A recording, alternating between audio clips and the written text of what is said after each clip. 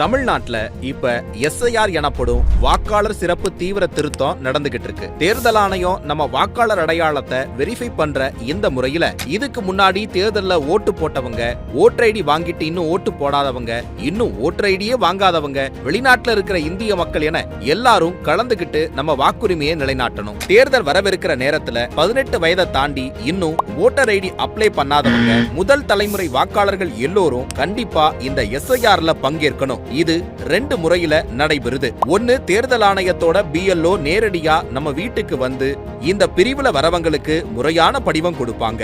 2வது, ஆன்லைன்ல தேர்தல் ஆணையம் வெப்சைட் மூலமா விண்ணப்பிக்கலாம். முதலில் ஆன்லைன்ல எப்படி அப்ளை பண்ணலாம் என்பதை பார்ப்போம். ECI NETங்கிற எலெக்ஷன் கமிஷனோட ஆப்பை இன்ஸ்டால் பண்ணிக்கோங்க. என்டர் ஆனவுடன் ஃபார்ம் 6ல இருக்கிற நியூ ஓட்டர் ரெஜிஸ்ட்ரேஷன் என்ற லிங்கை கிளிக் பண்ணுங்க. நீங்க இப்போதான் புதுசா ஓட்டர் ஐடி அப்ளை பண்றீங்கன்னு அக்னாலேஜ் பண்ணதுக்கு அப்புறம் உங்க பர்சனல் டீடைல்ஸ் கேட்கும். இதுல டேட் ஆஃப் பர்த்க்கு மட்டும் ஆதார் கார்டு போன்ற சப்போர்ட்டிவ் டாக்குமெண்ட்ஸை சப்மிட் பண்ணணும். மொபைல் நம்பரை வெரிஃபை பண்ண நீங்க கொடுத்த மொபைல் நம்பருக்கு OTP வரும். அதை ஓகே பண்ணிக்கோங்க.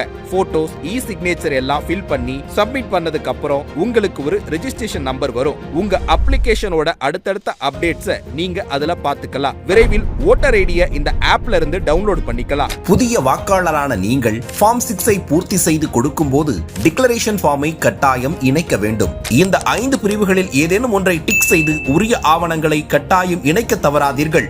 அடுத்து, BLO மூலம் நேரடியாக விண்ணப்பிக்கும் முறையை பார்ப்போம். BLO உங்க வீட்டிற்கு வரும்போது நீங்க இப்போதான் வாக்காளரா பதிவு செய்றீங்க என்று சொல்லி உங்களுக்கான ஃபார்ம் 6 மற்றும் டிக்ளரேஷன் ஃபார்மை கேட்டு பெறுங்க. கேட்கும் விவரங்களை தெளிவாக கொடுக்கவும், உங்கள் வயதுக்கான ஆதாரமாக பிறப்பு சான்றிதழ், பள்ளி சான்றிதழ் போன்றவற்றையும், இருப்பிடத்திற்கான ஆதாரமாக ஆதார், ரேஷன் கார்டு போன்ற ஆவணங்களையும் தயாராக வைத்திருக்கவும், உங்கள் படிவத்தை சரியாக நிரப்பி கொடுத்ததற்கான ஒப்புதல் கையொப்பத்தை BLOவிடம் கேட்டு வாங்கிக் கொள்ளவும். பிறகு BLO உங்கள் தகவல்களை சரிபார்த்து வெரிஃபை செய்வார். நாம முதல் முறையாக ரெஜிஸ்டர் பண்ற இந்த ஃபார்ம் 6 முறைதான் நமக்கான SIR. எனவே புது வாக்காளர்கள் கவனமாக தகவல்களை கொடுக்க வேண்டும். ஏனென்றால் முறையாக ரெஜிஸ்டர் செய்தால் மட்டுமே நாம் முறையான வாக்காளர் ஆவோம். இந்த வருஷம் டிசம்பர் 9 அன்று வெளியாகும் மாதிரி வாக்காளர் பட்டியலில் உங்கள் பெயர் இருக்கிறதா என்று பார்க்கவும். இல்லையெனில் 2026ஆம் ஆண்டு பிப்ரவரி 7 அன்று வெளியிடப்படும் இறுதி வாக்காளர் பட்டியலில் உங்கள் பெயரை உறுதிப்படுத்திக் கொள்ள வேண்டும். உங்கள் வாக்குரிமையை பதிவு செய்ய மறந்துவிடாதீர்கள்.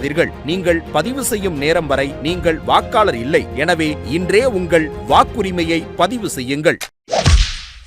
மக்களின் வாக்களிக்கும் உரிமையே ஜனநாயகத்தின் வெற்றி.